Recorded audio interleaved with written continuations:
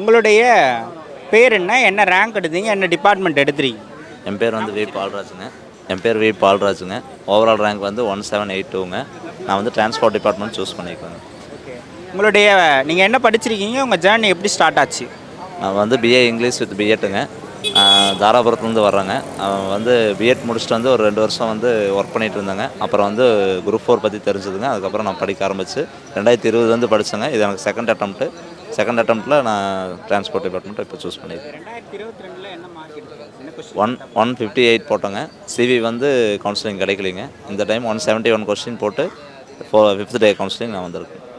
158 எப்படி 171 மாற்றினீங்க? அது வந்துங்க மறுபடியும் 22லேருந்து மறுபடியும் ஹார்ட் ஒர்க் தாங்க. கண்டினியூவாக ஸ்டடி தான். அப்புறம் வந்து நாங்கள் ரூம் போட்டு தான் படித்தோம். நாங்கள் ஒரு 5 பேர் வந்து ரூம் போட்டு படித்தோம். நான் படித்த அகாடமி வந்து லீடர்ஸ் அகாடமி தாராபுரத்துலேங்க. 5 பேர் ரூம் போட்டு கண்டினியூவான எஃபோர்ட்டு தான் வந்து இந்த அளவுக்கு நம்ம சக்ஸஸ் பண்ணதுக்கு யூஸ்ஃபுல்லாக இருந்துச்சு. ஓகே. 158 போடும்போது என்னென்ன தவறுகள் செஞ்சுருப்பீங்க நீங்கள் அனலைஸ் பண்ணியிருப்பீங்களா? அதில் என்னென்ன தவறுகள் பண்ணீங்க? அதை எப்படி ரெக்டிஃபை பண்ணீங்க? 158 போடும்போது நான் வந்து தமிழ் மட்டுமே தான் முழுக்க படிச்சிருந்தேங்க. அப்புறம் வந்து இந்த எக்ஸாமுக்கு குரூப் 4க்கு வந்து தமிழ் மட்டுமே இருந்தால் பத்தாது. ஜிகேலேயும் நம்ம ஸ்கோர் போடணும். ஓவரால் ரேங்க் வந்து அந்த ஓவரால் கொஸ்டின் 200க்கு நம்ம எவ்வளோ பண்ணுறோங்கிறது தான் நமக்கு வந்து மார்க்காக இருக்குது. அதனால் வந்து தமிழ் மட்டுமே ஃபோக்கஸ் பண்ணாமல் ஜிகேயும் சேர்த்து படித்தேங்க. அதனால் 171 என்னால் போட முடிஞ்சுங்க. கரண்ட் அஃபேர்ஸ் எப்படி படிச்சிங்க?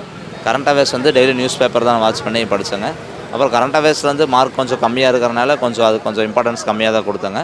ஃபுல் டெஸ்ட் நிறைய எழுதி பார்த்தேங்க. ஃபுல் டெஸ்ட் நிறைய எழுதும்போது தான் நம்ம வந்து ஸ்கோர் இந்த அளவுக்கு பண்ண முடிஞ்சுங்க கரெக்டாக. நீங்கள் அகாடமி போய் படித்தேன்னு சொன்னீங்களே, ஒரு நாளைக்கு எவ்வளோ நேரம் படிப்பீங்க? ஒரு நாளுக்கு மினிமம் 10 ஹவர்ஸ் நாங்கள் படிப்போங்க.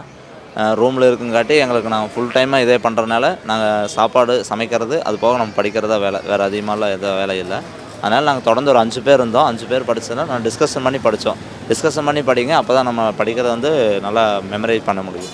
ஒரு சிலர் ஃப்ரெண்ட்ஸோடு டிஸ்கஸ் பண்ணி படிக்கணும் அப்படின்றத இது பண்ணுறீங்க. இப்போ அதில் வந்து இப்போ நம்ம அவங்களுக்கு சொல்லி கொடுத்தா அவங்க நம்மளோட மேலே போயிடுவாங்களோ அப்படின்ற எண்ணம் அதெல்லாம் ஒரு சிலருக்கு வரல, அந்த மாதிரி தோணுமா? அப்படியெல்லாம் இல்லைங்க. அப்படியெல்லாம் சுத்தமாக கிடையாது. நம்ம தெரிஞ்ச விஷயம் வந்து எல்லாருக்கும் தெரியணும்னு தான் நம்ம நினைப்போம். அவங்களுக்கு தெரியலனாலும் நம்ம உட்காந்து நம்ம சொல்லிக் கொடுப்போம். தமிழ் வந்து இலக்கணமே எங்கள் ரூம்மேட்டில் வந்து இலக்கணம் நான் அந்தளவுக்கு அவங்களுக்கு எல்லாம் சொல்லிக் கொடுக்குங்காட்டி தான் நான் நல்லா மெமரைஸ் பண்ண முடிஞ்சு. என்னாலையும் நல்லா ஸ்கோர் பண்ண முடிஞ்சு, அவங்களே ஸ்கோர் பண்ண முடிஞ்சு. நம்ம மற்றபடி வந்து அவங்க படித்தா அவங்க மேலே போயிடுவாங்களோ அப்படி நினைக்கிறதெல்லாம் இல்லைங்க. நம்ம வந்து எல்லோரும் படிக்கணும்னு தான் நினைக்கிறோம். இன்னுமே நம்ம படிக்க சொல்லி எல்லாத்தையும் மோட்டிவேட் பண்ணிட்டு தான் இருக்கிறோம். இப்போ 5 பேர் படிச்சிருந்தீங்களா? அந்த 5 பேருமே வாங்கிட்டீங்களா? 5 பேரில் 3 பேருக்கு சிவி கவுன்சிலிங் வந்து 3 பேர் கன்ஃபார்ம் தாங்க. 2 பேர் படிச்சுட்டு இருக்காங்க. அடுத்த குரூப் 4ல் அவங்களும் கண்டிப்பாக டாப் மார்க் வாங்குவாங்க. நான் பார்க்குறேன். இந்த உங்களை மாதிரி படிக்கக்கூடிய யங்ஸ்டர்ஸ்க்கு நீங்கள் என்ன மெசேஜ் சொல்லுவீங்க? மெசேஜ்னு சொல்லும்போது வந்துங்க, அதாவது வந்து ஃபஸ்ட் எடுத்தோன்னே குரூப் 4 வந்து படித்தோடனே நம்ம பாஸ் ஆகணும், 2 வருஷத்தில் பாஸ் ஆகணும், 3 வருஷத்தில் பாஸ் ஆகணும் மட்டும் நினைக்கக்கூடாது. எப்போவுமே வெற்றி கிடைக்க வரைக்கும் போராடுவதுக்கு தான் வெற்றி.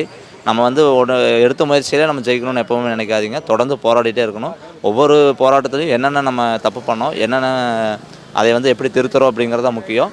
தொடர்ந்து படிங்க, கண்டிப்பாக ஜெயிக்கலாம், எல்லாராலும் வெற்றி பெறலாம். நன்றி. இந்த மூமெண்ட் எப்படி இருக்குங்க ஆர்டர் வாங்கினது? ஆர்டர் வாங்கினது ரொம்ப சந்தோஷமாக இருக்குங்க. நான் நினச்ச டிபார்ட்மெண்ட்டே எனக்கு கரெக்டாக கிடச்சிருச்சுங்க. எங்கள் சார் தான் வந்து என்னை வந்து இந்த அளவுக்கு மாணிக்கக்கண்ணன் சார் லீடர்ஸ் அகாடமி அவர் தான் படித்தேன்.